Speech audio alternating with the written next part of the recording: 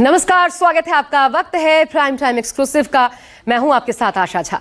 18वीं लोकसभा का पहला सत्र और तीसरा दिन खास रहा।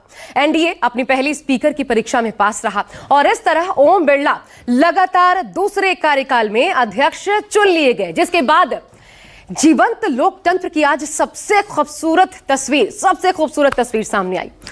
हम आपको दिखाते हैं। वो तस्वीर देखना आज इसलिए खास हो जाता है क्योंकि ये बताता है हमारा लोकतंत्र कितना मजबूत है। ये देखिए राहुल गांधी यहां पर पहले ओम बिरला से हाथ मिलाते हैं, प्रधानमंत्री से भी हाथ मिलाते हैं और उसके बाद देखिए कैसे ये आगे की ओर बढ़ते हैं। लोकसभा में दोनों नेता आगे बढ़ते हैं और विपक्ष आज जिस तैयारी के साथ यहां पर पहुंचा था वो सब कुछ देखने के पहले इन तस्वीरों ने आज के दिन को खास बना दिया। नेता विपक्ष के तौर पर राहुल गांधी और प्रधानमंत्री वहां पर आपको नजर आ रहे हैं। असिस्ट करते हुए आगे चलते हैं, उनको उनके पद तक पहुंचाते हैं, उनके आसन तक पहुंचाते हैं। यह सबसे खूबसूरत तस्वीर है। भले जमकर नारेबाजी होती है, एक दूसरे के खिलाफ आरोप प्रत्यारोप लगाए जाते हैं, लेकिन देखिए भले दिल मिले न मिले हाथ कैसे मिलते हैं। ये तस्वीरें जिसने आज सबका मन मोह लिया। लेकिन आज हुआ क्या? आज हुआ ये कि ठीक इसके बाद जैसे ही नए अध्यक्ष चुने गए, ओम बिरला अपना वक्तव्य देते हैं। दरअसल इसके पहले तमाम सांसदों ने अपनी बात रखी और जब तमाम सांसद बोल रहे थे तो बधाई तो दे ही रहे थे ओम बिरला को, लेकिन साथ साथ अध्यक्ष के तौर पर जो उनका परम कर्तव्य है निष्पक्षता, उसकी याद भी वो दिलाते रहे। और इसके बाद ओम बिरला ने अपना वक्तव्य रखा और अपना वक्तव्य रखते ही आपातकाल का सबसे पहले जिक्र किया। कहा यह भारतीय इतिहास में लोकतंत्र में काला धब्बा था और यह कांग्रेस की देन रही। बस उसके बाद जो कुछ हुआ उसने घमासान मचा दिया। सदन के भीतर से लेकर के बाहर सड़कों तक घमासान एक तरीके से देखने को मिला। ऐसे में आपको हम दिखाते हैं पूरे दिन का हाल। देखिए सौहार्द और घमासान तय 5 साल का प्लान।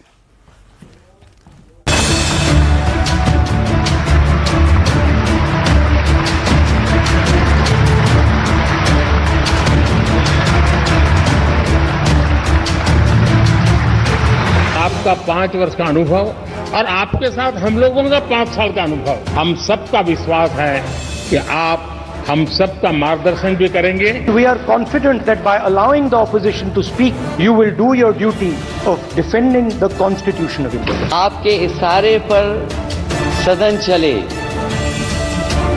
इसका उल्टा न हो। भारत पर श्रीमती इंदिरा गांधी द्वारा तानाशाही थोप दी गई। इमरजेंसी के दौरान भारत के नागरिकों के अधिकार नष्ट कर दिए गए।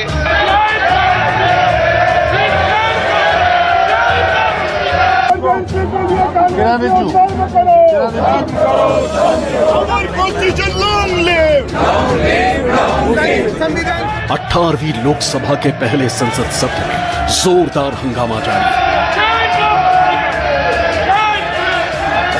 सत्ता पक्ष पर विपक्ष दोधारी तलवार की तरह आक्रामक है।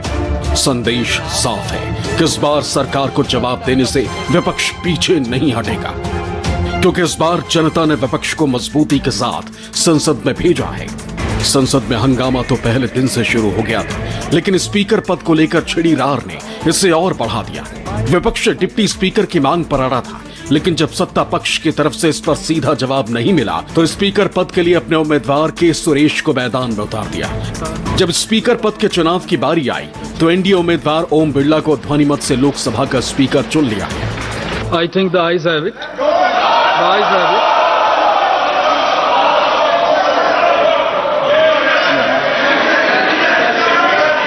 The motion is adopted. हालांकि विपक्ष ने मतदान की मांग की थी, उनके उम्मीदवार के सुरेश थे, लेकिन प्रोटेम स्पीकर ऋतुहरि महताब ने यह मांग खारिज कर दी। Shri Om Birla is declared elected as the Speaker of this House. हालांकि स्पीकर पद पर चयनित होने के बाद पीएम नरेंद्र मोदी और सदन में विपक्ष के नेता राहुल गांधी उन्हें आसंदी तक छोड़ने आए। दोनों नेताओं ने स्पीकर से हाथ मिलाया और उन्हें बधाई दी।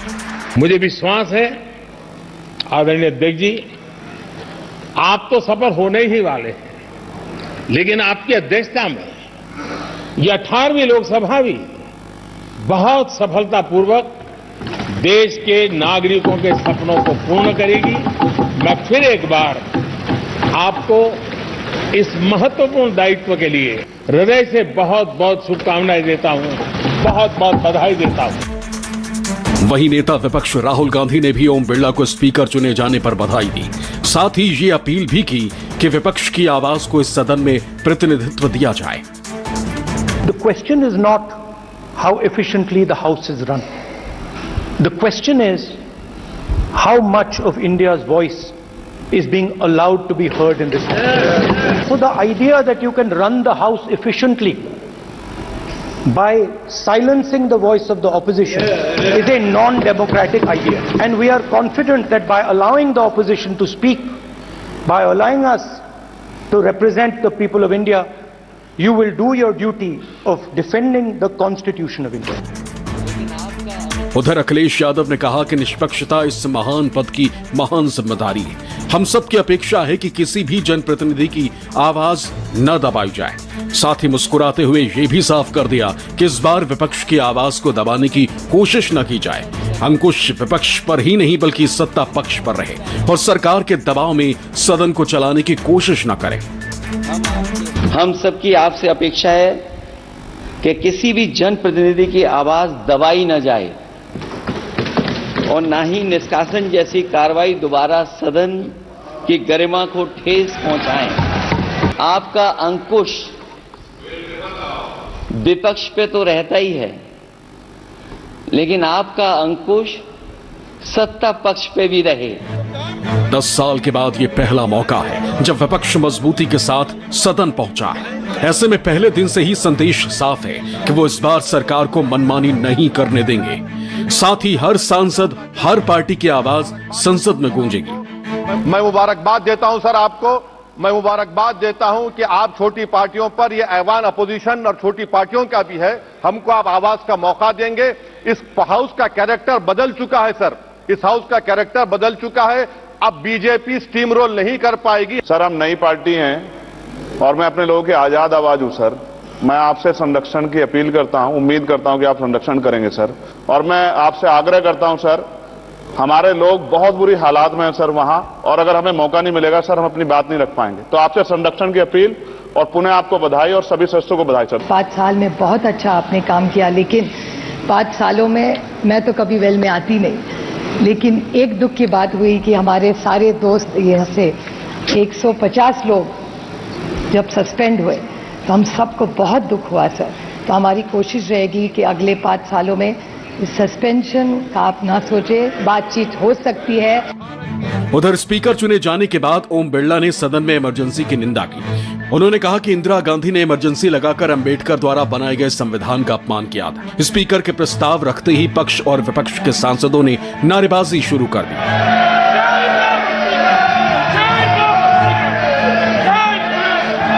ये सदन 1975 में देश में आपातकाल इमरजेंसी लगाने के निर्णय की कड़े शब्दों में निंदा करता है।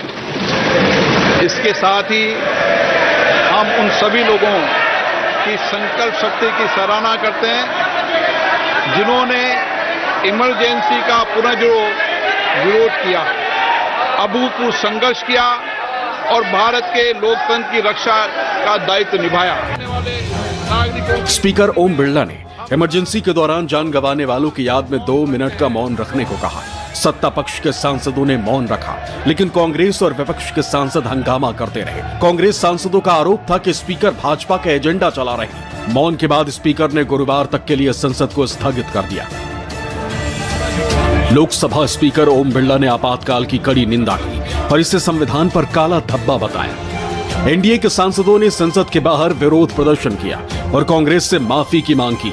बीजेपी सांसदों ने पोस्टर लेकर प्रदर्शन किया और आपातकाल को देश का काला अध्याय बताया। आज भी उस काले दिन को देखकर शरीर सिहर उठता है। भविष्य में कोई भी संविधान को, लोकतंत्र को इस तरह कुचलने की कोशिश ना करे, उसके लिए हर साल भारतीय जनता पार्टी एक काला दिवस के रूप में इसको मनाती है। आज जो कांग्रेस पार्टी के लोग संविधान के खतरे की बात कर रहे हैं तो संविधान तो 75 में खतरे में हुआ था जब देश में आपातकाल लागू कर दिया गया। सारे फंडामेंटल राइट जो मौलिक अधिकार थे जब्त हो गए।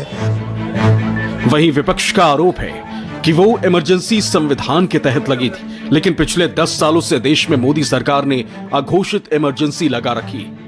अरे भाई, जनादेश आ चुका, वो इमरजेंसी तो लगी हुई थी संविधान के तहत। आपने जो इमरजेंसी लगा रखी किस संविधान के तहत लगा रखी? आज देश अघोषित इमरजेंसी में। ये तमाम बीजेपी के लोगों ने जो आज किया है वो दिखावा किया है।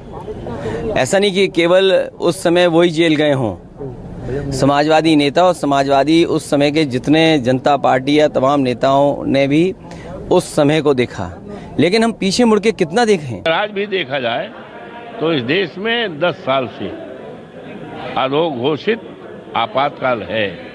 आज प्रेस की स्वतंत्रता नहीं है तो अपनी कमियों को छिपाने के लिए ये प्रस्ताव लाया है। हालांकि संसद में हो रहा हंगामा साफ इशारा कर रहा है कि 5 साल तक क्या क्या होगा ये तो इसकी बानगी भर है। वहीं विपक्ष ने राहुल गांधी को नेता प्रतिपक्ष चुनकर मोदी को सीधा चैलेंज दे दिया है, क्योंकि 2024 में मोदी मैजिक को फीका करने का सबसे बड़ा श्रेय राहुल गांधी को जाता है। ऐसे में राहुल को मोदी के पैरेलल खड़ा कर देना साफ दर्शाता है कि इस बार सत्ता पक्ष को एक एक सवाल का जवाब देना ही होगा।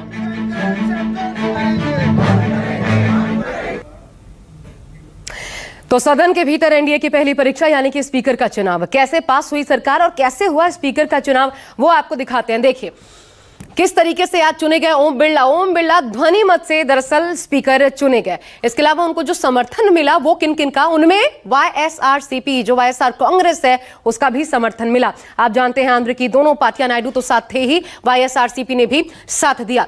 रेड्डी ने समर्थन का ऐलान पहले ही कर दिया था कि हम समर्थन देंगे। ऐसे में आंध्र की दोनों पार्टियां साथ थी जो कि राज्य में एक दूसरे के विपरीत लड़ती हैं।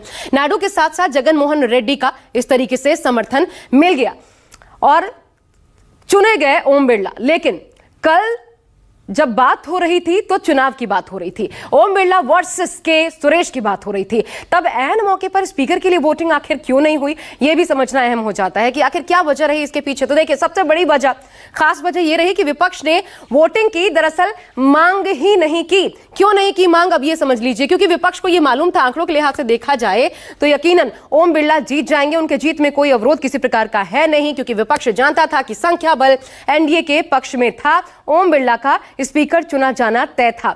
लेकिन ओम बिरला का स्पीकर चुना जाना इसलिए भी खास है इस बार क्योंकि उन्होंने इस चुनाव से अध्यक्ष बनकर 3 रिकॉर्ड से एक साथ अपने नाम कर लिए हैं। यह भी अहम हो जाता है। देखिए कैसे यादगार बन गए ओम बिरला, इतिहास के लिए भी। देखिए पहला, दूसरी बार लोकसभा अध्यक्ष बने हैं 17वीं लोकसभा में और अब 18वीं लोकसभा में वो अध्यक्ष चुने गए हैं। दूसरा, लोकसभा अध्यक्ष रहते ही चुनाव जीते हैं, ये भी इनके पक्ष में जाता है। हालांकि इनसे पहले बलराम जाखड़ 9 सालों तक स्पीकर रहे थे, जिनका जिक्र प्रधानमंत्री ने भी किया जब आज अपनी बात रखी।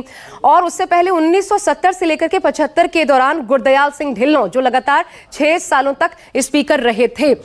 तो इस लिहाज से ओम बिरला का ये दूसरा कीर्तिमान। और साथ ही एक और बड़ी बात यह कि उनका निर्वाचन हुआ है, दरअसल चुनाव की नौबत आन पड़ी, इसलिए भी अहम हो जाता है। तीसरी बात, नए और पुराने संसद भवन में संचालन हुआ है। अब नए संसद भवन में आप जानते हैं संचालन होता है, लेकिन यह अहम हो जाता है कि आखिर ओम बिरला जब सदन चलाएंगे तो आगे वो किस तरीके से सदन को लेकर परिभाषा रखेंगे नए दौर में देखा जाए तो, क्योंकि उनके ऊपर पिछली बार तमाम तरीके के आरोप लगे। तो 18वीं लोकसभा का अब संचालन नए भवन में होगा और इस तरह से 3 कीर्तिमान अध्यक्ष के तौर पर ओम बिरला के नाम जुड़ गए हैं। हालांकि बधाई देने के साथ साथ आज विपक्ष ने बार बार उनको यह याद दिलाया कि आपको अपने कर्तव्यों का निर्वहन करना है, आपके इशारे पर सदन चलना चाहिए, न कि सरकार के इशारे पर। यानी ये तो सिर्फ ट्रेलर है, अभी तो सियासी लड़ाई की बस शुरुआत भर है। तो क्या टफ होने वाली है मोदी की परीक्षा? क्या राहुल अखिलेश की जोड़ी करेगी परेशान? जिस तरह से राहुल और अखिलेश की टीम मोदी टीम के खिलाफ बिसात बिछा रहे हैं, उससे तो यही लग रहा है कि मोदी सरकार के लिए इस बार लोकसभा का रास्ता बहुत आसान नहीं होने वाला है।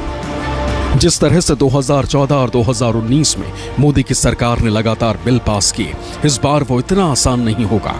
कई बिल ऐसे हैं जो फंस सकते हैं, जिसकी सबसे बड़ी वजह है इस बार का जनादेश। लोकसभा में बिल पास कराने का एक नियमावली है और उस नियमावली में जो सबसे इम्पोर्टेंट बात है वो है बहुमत। जब भी कोई बिल आता है तो उसको कमेटियों में भी भेजा जाता है और सरकार कई बार कमेटियों में भेजती है और उसके बाद जब वहां से सिफारिशें आती हैं तो फिर पार्लियामेंट में रखी जाती है, राज्यसभा लोकसभा में वहां पास कराए जाते हैं और हर जगह बहुमत से ही बिल पास होते हैं। तो दरअसल तीसरे दिन जब स्पीकर का चुनाव हुआ तो जो कुछ तस्वीर लोकसभा से सामने आई उसने ही बता दिया कि ये 5 साल का प्लान है।